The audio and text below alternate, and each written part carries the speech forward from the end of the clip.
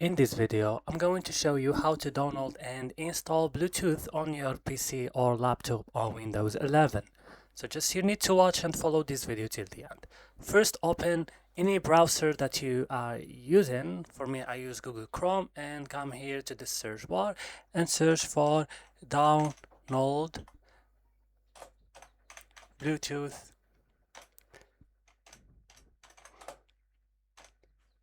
Intel. Like this, and click on search, and you will find here the first link. Click on it and click download here, and click I accept, and click download manually. And right now it's downloading. You just have to wait. Then when it's downloading, just click and click on yes to allow.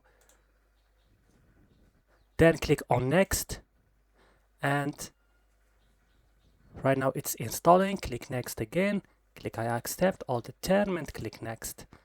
Click typical and click on install. And right now, as you can see, it's installing and it's finishing. Right now you have Bluetooth. Just you need to restart your device, and then you will find it here inside the settings. So guys, I hope this video was useful for you. Don't forget to like and subscribe, and bye.